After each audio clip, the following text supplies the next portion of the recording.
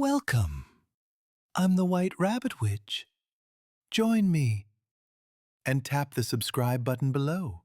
Now, let's step into today's story. 2015, Baton Rouge, Louisiana. My name's Ross Wilde. Sounds cool, right? Yeah, not exactly. In reality, I'm the quiet one, the weakest, the most forgettable guy on the team. I sit at the very end of the bench. Second string football squad. More water runs than actual runs. More errands than drills. Fill the bottles, line up the pads, grab coffee for coach, and when someone yells, "Hey, Wild!" I better sprint like my life depends on it. The captain? Cody Preston. He's got the looks, the skills, the spotlight, and yeah, he knows it. Then there's Tyron James. The guy lives exactly 3 seconds before a fight. Loud, mean, always ready to throw shade. But me, I've learned to keep them happy. I bundle in. None of them are really watching me anyway. They're too busy chasing varsity dreams. And honestly, that's just how I like it. Staying invisible, it's the only way to survive in this place. Line up! One whistle and we run. We're still second string, but out here on this field, dreams are still free. After practice, just as we were finishing our showers, Coach called us in. Meeting, get dressed and head to the room. His tone was serious. No jokes, no loud laughs, like usual. We're second string. The word meeting doesn't really belong to us, but still, we all gathered without a word. Coach's eyes, they looked a little darker than usual. Got word from a sponsor. Someone's interested in our team. A quiet stir passed through the group, but it's not just interest, it's a big company. They built a new training facility and want us to test it, give them feedback. Where is it? Someone asked. Near the Rockies, deep in the mountains, totally isolated. But the place is solid. 2-week training camp. Not one guy said no. If there's even the slightest shot at moving up to varsity, we'd go anywhere. Me? I was, honestly, a little worried. Departure day. We got on the bus. Our second string yellow team bus. Scratched windows, busted air conditioner flickering on and off. As always, I took the back seat.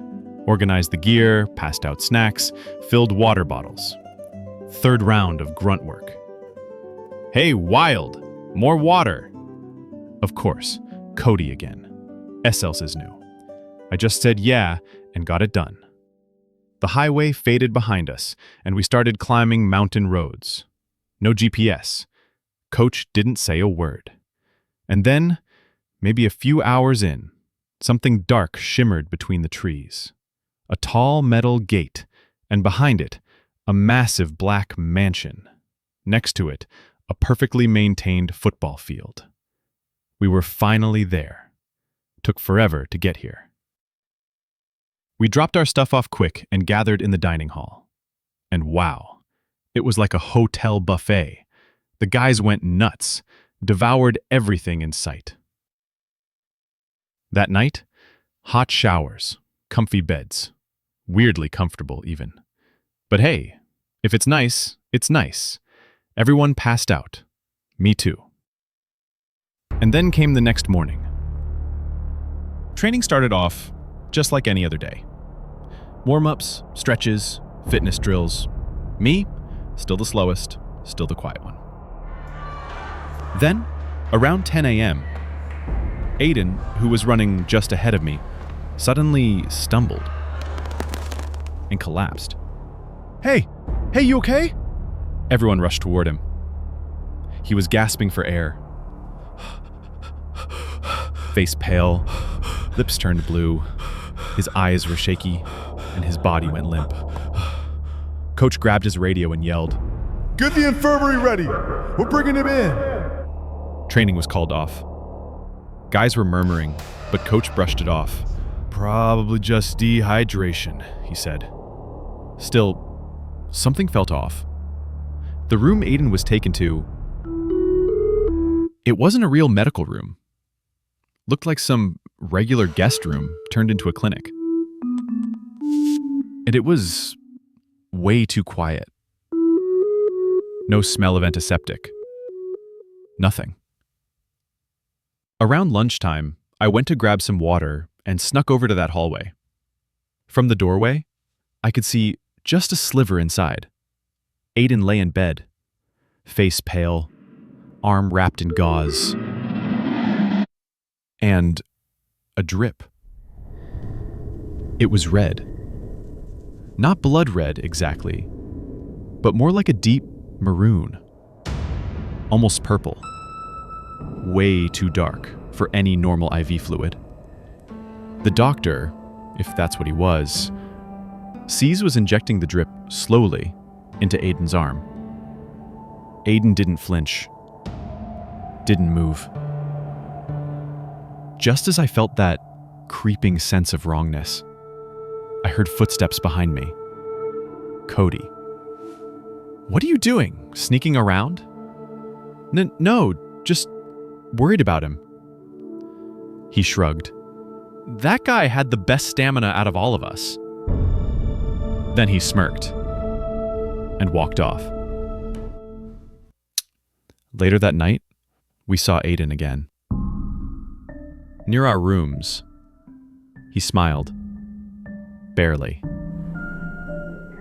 Said I'm feeling better, He whispered. Coach gave me something. Works like a charm. But the smile was off. His eyes were blank. Voice slower than usual. And on his arm, that red IV mark still hadn't faded. Shake the feeling. That weird sense that something or someone was watching us. I turned around fast, trying to catch whoever it was. What the hell? Ross Wild! Of course. Tyrone James. That pain in the ass again. "Yeah, I'm coming." He smacked my shoulder and laughed. Other guys were goofing off behind him. Just like always. At least on the surface. That evening, Coach told us to head back to our rooms. Everyone split up into small groups. I went back to mine, sat on the edge of the bed. Rain has started falling outside. The tapping on the glass pulled me into deeper thoughts. Dark room, alone. And finally, the image came back. I saw it. Something was on the ceiling. Not a shadow. Not some trick of the light. The ceiling, it moved. That feeling, it wasn't just discomfort. It wasn't confusion. It was fear. Deep, primal fear. Kind that crawls up from inside your bones. Something was looking down at us. I leaned back and stared at the ceiling again. Silent. Nothing there. But I knew. I was absolutely sure. Whatever it was already here. It was pouring. The TV said we'd have heavy rain and thunder for the next 3 days. Power was okay, but since we were up in the mountains, they added a warning about lightning strikes and possible landslides. Coach canceled all training. "If the rain doesn't stop in 2 more days, I'll talk to HQ. We'll decide then if the team's heading back." Some guys sighed. Some looked relieved, but nobody thought this house wouldn't let us leave. The rain kept getting heavier. You could hear it pounding on the walls, scraping over the roof, pressing against the windows. The first to go missing was Josh. That morning, he didn't show up at breakfast. Still sleeping? Maybe he went out last night? We checked his room. The bed was empty. His stuff was still there. Coach just said, probably resting from burnout. But this feeling, it kept growing. Then the next day, 2 more were gone. First was Jim Castor. Hot-headed, yeah, but always showed up, always trained hard. and the older of the tall twins from defense. Both vanished. Room looked untouched. Blankets still folded. Shoes were missing, but who walks out into a storm wearing only shoes? That night, some guys didn't eat. I barely touched my food too. Felt like someone was walking behind me. And the mirror, I swear, for just a second, it looked like it smiled at me. I started wondering, am I losing my mind? That night, there were 5 of us left, including me, but none of us said much. The hallway, the cafeteria, the field, they all felt like they'd been shut off somehow. Quiet, like everything had just stopped. We were starting to doubt each other, but we were also scared to break off from the group. And that night, 2 more disappeared. I barely slept. I kept my hand on the doorknob, watching the hallway through the crack. The rain didn't stop, and through the sound of it, I saw something. It looked like a person, but I don't think it was. It was pushing through the trees, climbing the wall of the mansion. I ran, down the hall, down the stairs, and even from upstairs, I could already hear something happening on the first floor. Noise, movement, like people shouting or stumbling.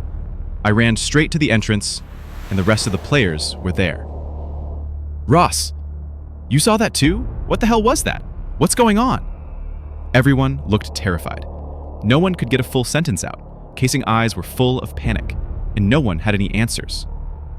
And then, all at once, the power went out. Everything just shut off. Lights, sound, gone. That's when it started. In the dark, we saw the basement door was wide open. From inside, we could hear something. Wet, sticky movements, like something crawling. And hanging from the ceiling, there were these chunks of flesh. Just raw pieces of something, but shaped like people. But they weren't people. They were twisted, bent, with empty holes where their eyes should have been. There were transparent IV tubes stuck all over their bodies, so many of them. And through those tubes, something red was being pulled out. You could feel it. The whole place felt like it was pulsing. It was alive. No, it was feeding. Help me. The voice was quiet, but it sounded familiar. It was them, the ones who disappeared. We heard something start to move, something opening nearby. There was a man in a black suit, no color in his face, just pale skin and sharp, sharp teeth. It wasn't a man. It was wearing a man's skin. And in the dark, its red eyes were staring right at us. I ran. I don't remember who was yelling or who was screaming. My body just moved on its own. Somewhere in the dark, I kept running. And in front of me, a set of concrete stairs. At the bottom, an old underground tunnel. The air was thick. The smell of blood, mold, and something like rotten oil all mixed together. Under a faint light, I saw IV pipes running along the wall. They were connected to glass cylinders, taller than a person. And inside them, there were lumps of flesh, breathing. When I got closer, I saw labels on the cylinders. James? It was real. Inside there was a face, one of the teammates who'd gone missing. The skin was burned, his eyes were closed, but it was definitely them. That's when the pieces fit together. This mansion wasn't built to train us. It was built to collect us.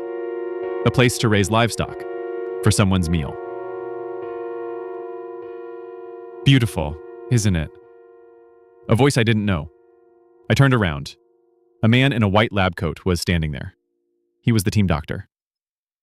The Count's been looking for pure blood like yours for a long time, he said. Athletes, young, high muscle density, quick to adapt. Your kind is the perfect blood source for us. I clenched my fist. What did you just say? He smiled. You're the last one. We saved you for something special. I took a step forward, but right then, another teammate jumped in from behind. He charged at the doctor. The doctor didn't move. He just reached out, and from his fingers, claws like fangs shot out and pierced my friend's neck. Blood splattered on the wall. I told you, he said. You're a livestock. His eyes turned red, and the lights in the basement started turning off, one by one. I stepped back. His eyes weren't human anymore.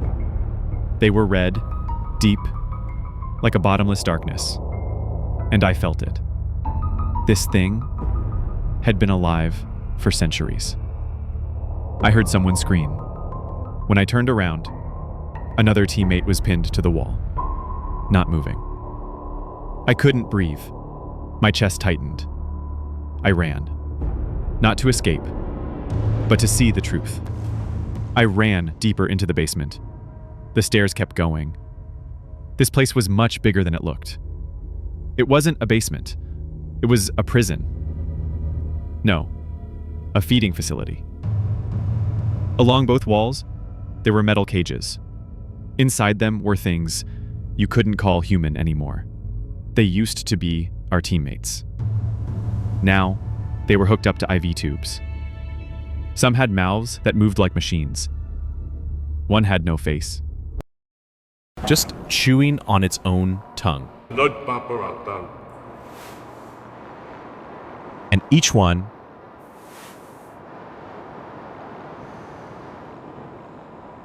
had a metal tag tied to their ankles via numbers. 001, 002, 003. I covered my mouth. Those were just order numbers.